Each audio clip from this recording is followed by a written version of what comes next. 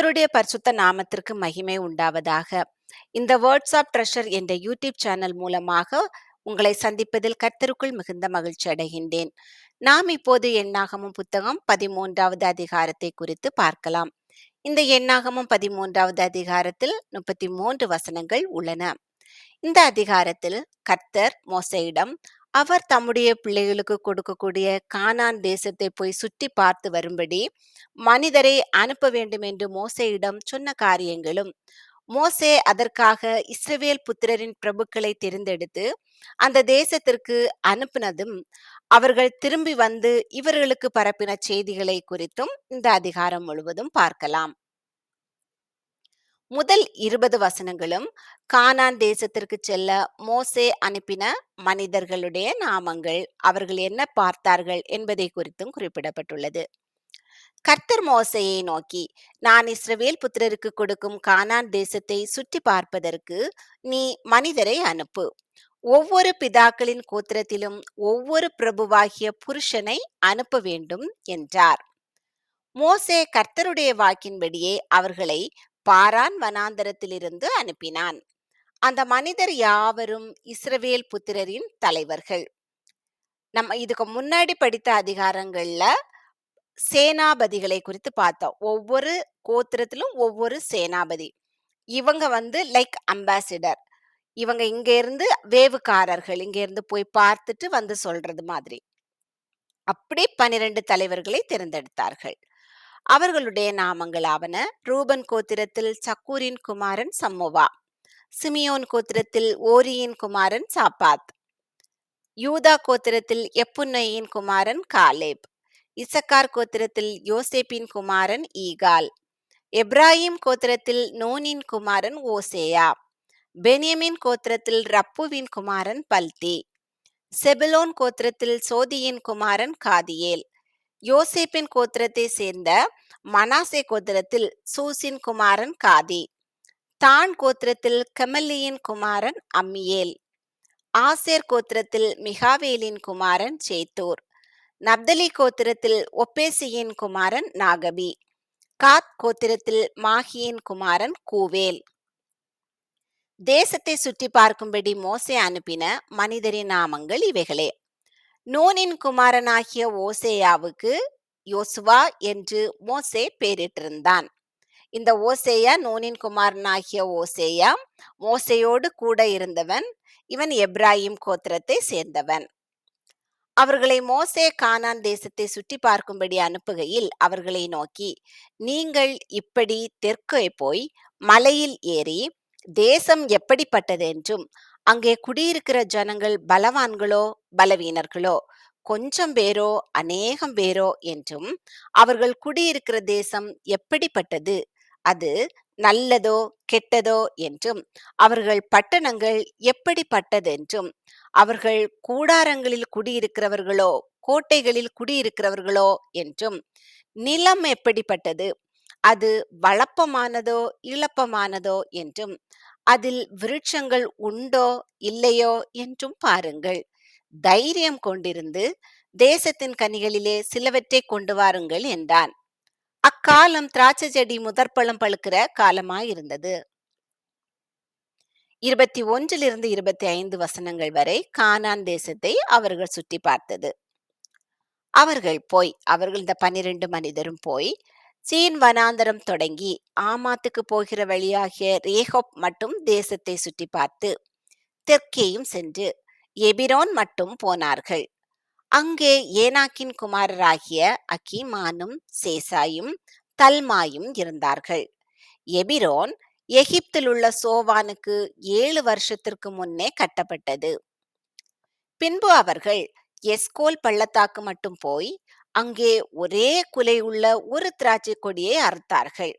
அதை ஒரு தடியிலே 2 பேர் கட்டி தூக்கி கொண்டு வந்தார்கள். மாதளம் பழங்களிலும் அத்தி பழங்களிலும் சிலவற்றை கொண்டு வந்தார்கள். ஒரு குலை உள்ள திராட்சை கொடிய அறுத்து 2 பேர் தூக்கிட்டு வந்தாங்கன்னா எவ்வளவு பெருசா இருந்திருக்கும் இல்லையா? இஸ்ரவேல் புத்திரர் அங்கே அறுத்த திராட்சை குலையின் நிமித்தம் அவ்விடம் எஸ்கோல் பள்ளத்தாக்கு எனப்பட்டது. அவர்கள் தேசத்தை சுற்றி பார்த்து 40 நாள் சென்ற பின்பு திரும்பினார்கள். கானான் தேசத்தை சுற்றி பார்த்தவர்கள் சமர்ப்பித்த அறிக்கை. அவர்கள் பாரான் வனாந்தரத்தில் இருக்கிற காதேசுக்கு வந்து மோசே, ஆரோன் என்பவர்களிடத்திலும் இஸ்ரவேல் புத்திரராகிய சபையார் எல்லாரிடத்திலும் சேர்ந்து அவர்களுக்கும் சபையார் அனைவருக்கும் சமாச்சாரத்தை அறிவித்து தேசத்தின் கனிகளை அவர்களுக்கு காண்பித்தார்கள். அவர்கள் மோசேயை நோக்கி, நீர் எங்களை அனுப்பின தேசத்துக்கு நாங்கள் போய் வந்தோம். அது பாலும் தேனும் ஓடுகிற தேசம்தான். இது அதனுடைய கனி. ஆனாலும் அந்த தேசத்திலே குடியிருக்கிற ஜனங்கள் பலவான்கள், பட்டணங்கள் அரணிப்பானவைகளும் மிகவும் பெரியவைகளுமாய் இருக்கிறது. அங்கே ஏனாக்கின் குமாரரையும் கண்டோம். அமலேக்கியர் தென்புறமான தேசத்தில் குடியிருக்கிறார்கள். ஏத்தியரும் எபூசியரும் எமோரியரும் மலை நாட்டில் குடியிருக்கிறார்கள். கானானியர் கடல் அருகேயும் யோர்தான் அண்டையிலும் குடியிருக்கிறார்கள் என்றார்கள். யாத்ராகமம் 3வது அதிகாரம் 8வது வசனத்துல கர்த்தர் எப்படிப்பட்ட தேசத்திற்கு கொண்டு போகிறார் என்பதை அங்கே சொல்லியிருக்கிறார். அந்த இஸ்ரவேல் ஜனங்களை எகிப்தியரின் கைக்கு விடுதலையாக்கவும் அவர்களை அந்த தேசத்திலிருந்து நீக்கி கானானியரும் ஏத்தியரும் எமோரியரும் பெருசியரும் ஏவியரும் எபூசியரும் இருக்கிற இடமாகிய பாலும் தேனும் ஓடுகிற நலமும் விசாலமுமான தேசத்தில் கொண்டு போய் சேர்க்கவும் இறங்கினேன். இங்கேயும் சொல்றாங்க, அது பாலும் தேனும் ஓடுகிற தேசம்தான், நல்ல வளப்பமான தேசம்தான் எல்லாம் சொல்றாங்க. அப்பொழுது காலேப் மோசேக்கு முன்பாக ஜனங்களை அமர்த்தி, நாம் உடனே போய் அதை சுதந்தரித்துக் கொள்ளுவோம், நாம் அதை எளிதாய் ஜெயித்துக் கொள்ளலாம் என்றான். இந்த யூதா கோத்திரத்தில் எப்புன்னேயின் குமாரன் காலேப், இவரும் அந்த போன 12 இஸ்ரவேல் புத்திரரின் பிரபுக்கள்ல ஒருவர். இது 6வது வசனத்துல நம்ம பார்த்தோம். அவனோட கூட போய் வந்த மனிதரோ, நாம் போய் அந்த ஜனங்களோட எதிர்க்க நம்மாலே கூடாது, அவர்கள் நம்மை பார்க்கிலும் பலவான்கள் என்றார்கள். நாங்கள் போய் சுற்றி பார்த்து வந்த அந்த தேசம் தன் குடிகளை பட்சிக்கிற தேசம். நாங்கள் அதிலே கண்ட ஜனங்கள் எல்லாரும் மிகவும் பெரிய ஆட்கள். அங்கே ராட்சத பிரவியான ஏனாக்கின் குமாரராகிய ராட்சதரையும் கண்டோம். நாங்கள் எங்கள் பார்வைக்கு வெட்டுக்கிளிகளைப் போல் இருந்தோம், அவர்கள் பார்வைக்கும் அப்படியே இருந்தோம் என்று சொல்லி, இப்படி இஸ்ரவேல் புத்திரருக்குள்ளே தாங்கள் சுற்றி பார்த்து வந்த தேசத்தை குறித்து துர்ச்செய்தி பரம்பச் செய்தார்கள். காலேப்பும் யோசுவாவும் மட்டும் அவர்களது நல்ல தேசம், நம்ம போய் சுதந்திரித்துக் கொள்ளலாம்னு சொன்னாங்க. மீதி போயிட்டு வந்த 10 பேரும், நாங்க ரொம்ப வெட்டுக்கிளிகளை போல இருந்தோம், அவங்க எல்லாம் ரொம்ப பெருசா இருந்தாங்க அப்படின்னு சொல்லி அந்த மக்கள் மனச கலங்கடிக்க செய்தாங்க. குறிப்புகள்: இங்கு 12 கோத்திரம். 12 கோத்திரத்திலும் மோசே கானான் தேசத்திற்கு அனுப்பின அந்த இஸ்ரவேல் புத்திரரின் நாமங்கள்.